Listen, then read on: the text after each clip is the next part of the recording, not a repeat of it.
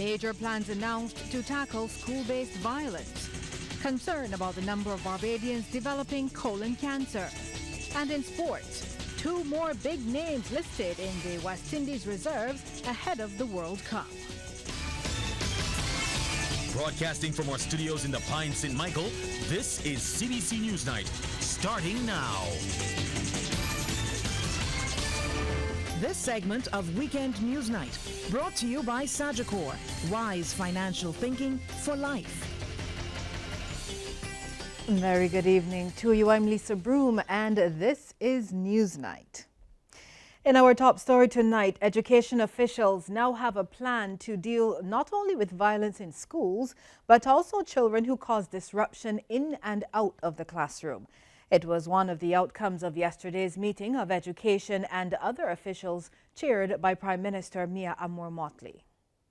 The Prime Minister told a post-meeting press conference that there will be an absolute zero tolerance toward violence in schools, and in particular, those students who threaten or attack teachers. There can be no tolerance in this country for any child to believe that they are in a position to threaten or to attack any teacher or even their parents or any adult in this country. If we allow this to happen, we will be surrendering our country to lawlessness at a very, very wrong time, and to young people who will not come to appreciate that their behavior is unacceptable in every form. But Ms. Motley says while this is the case, the education system is not structured to work with these children who, in most instances, just need help getting back on the right path. She says a facility will be set up to supplement the work being done by the Edna Nichols Center. In the immediate day facility, before it becomes that, before we have the legislation, we've agreed to work with the Barbados Defence Force, who will make available immediately the space and facilities to supplement the work of the other day facility that the Ministry of Education currently runs, which is the New Horizons Academy. But that academy, I'm instructed, has in fact reached its limits, and therefore we are going to parallel the 2 types of facilities, one that will have clearly a far more rigorous discipline boot camp-like approach, and the other one being the continued efforts of the New Horizons Academy. And acknowledging that the problems with the children do not always start at the school, the Prime Minister also announced a project that is expected to save at least 500 families from poverty. We've agreed that we will start with 30 families in each of the least populous parishes, from St. Lucie right back down to all except Christchurch, St. James, St. Philip, where we will do 50 each, and in St. Michael, where we will do 100 because of the populous nature. That brings us to roughly about 460, and then we felt that there would be others that might crop up over the course and conduct of the management of this affairs, and hence we round it off for our budgeting purposes at 500. The Prime Minister says based on reports, there are fewer than 200 children across certain schools that have been causing problems. And she says the police and the Defence Force will increase patrols outside of the schools and bus terminals, as well as along the routes students frequent. Meanwhile, Education Minister Santia Bradshaw says for the first time, social workers will be deployed to primary schools to help deal with children who cause disruption. She says officials also want parents to work with the system and ask for help for their children where needed. Most people would agree nobody becomes deviant at the age of 16. The patterns have shown that the signs are often there at the primary school level, sometimes even manifesting at the nursery school level. And it is really a situation where we have to start and to deal with these issues at the root cause. Ms. Bradshaw says the resources at the secondary schools will also be beefed up.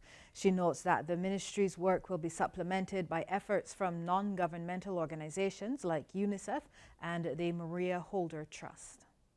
Come September, I know that we will have the safety officers in place that the government would have introduced and created a post for in recent months.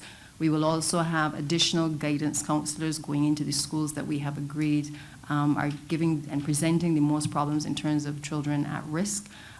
which will now give the complement in those schools at 2. We expect that our safety officers, apart from being able to identify students in the terminals and making their way to school and to make sure that they are attending school, that those officers will also be able to work very closely with the guidance counselors in the secondary schools to fill in the gaps where they are necessary throughout the school day. And coming up at 8 o'clock, you can join us for a News Extra coming out of that stakeholders meeting on violence in schools. In other news now, as Barbados approaches its first anniversary under the leadership of Prime Minister Mia Amor Motley, she has issued a call for the people to stay the course on the journey to transform the nation. The appeal came during a service to mark the first year at the James Street Methodist Church in the city. Lorna Jones has more. May 24th will officially mark 1 year at the helm for the Mia Amor Motley-led BLP administration. During a church service at the James Street Methodist Church to mark the anniversary, the Prime Minister described the past 12 months as a journey of ups and downs. She thanked Barbadians for their support and hard work over the year and encouraged them to stay the course. And with your help as a nation, with your help one by one, with your goodwill, I am confident that we shall be victorious in transforming our nation. The Prime Minister says next on the agenda is ensuring that we as Barbadians are the best we can be. If Barbadians agree to be the best that we can be, excellence will define our every action and our every statement. I apologize to those who may feel that there are a little too many bees in that mission, but that is the nature of excellence in Barbados. But if we can be the best that we can be, I promise you that this country shall rise in glory and shall be a beacon that all will come to emulate across the world. And in her sermon, preacher Sister Natalie Yearwood had this advice for the Prime Minister. Especially in the moments when a decision rests solely on your shoulders, I want you to cry out to Him and let Him and His Holy Spirit be your guide. Among other plans to mark the BLP's first year in office is a public meeting and rally next Saturday in Carlisle Car Park. Lorna Jones, CBC News. Barbadians are being encouraged to get tested for different types of cancer, not just cancer of the breasts and colon. This advice from Laboratory Director of the Barbados Reference Lab, Stephen James. He says colon cancer is now one of the top 3 causes of morbidity and mortality in men and women worldwide. PSA amongst men and breast women are still the 2 ones that you see the public actually push. But I think it's important about things like sessions like this. Very important to get the information out there. That person also need to look at their colon health as well. Mr. James was speaking on the sidelines of a colon cancer education session hosted by Cancer Support Services. He also sought to clarify that the results of tests which screen for cancer should not be taken as a diagnosis. You would need a colonoscopy to get a biopsy to actually diagnose if someone have colorectal cancer. So these are just screening tests. They're just to detect to see if you are a risk or not. And then your physician will determine if you need further testing in terms of a biopsy or not. They are not diagnostic tests, so you need to state that clearly.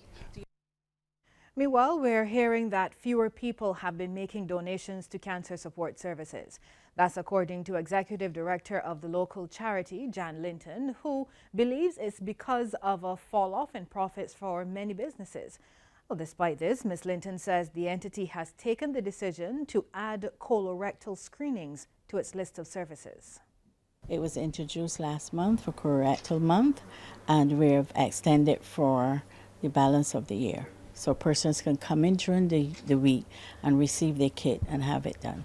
The first time we did about 35 of them, and about 5 of them have shown elevation, which that's still a good sign. Even if we do 2 and 1 have done it short abbreviation, at least we're reaching 1 person. Ms. Linton says the entity continues to get a good response to its bi-monthly PSA tests, with more than 125 people getting screened in April.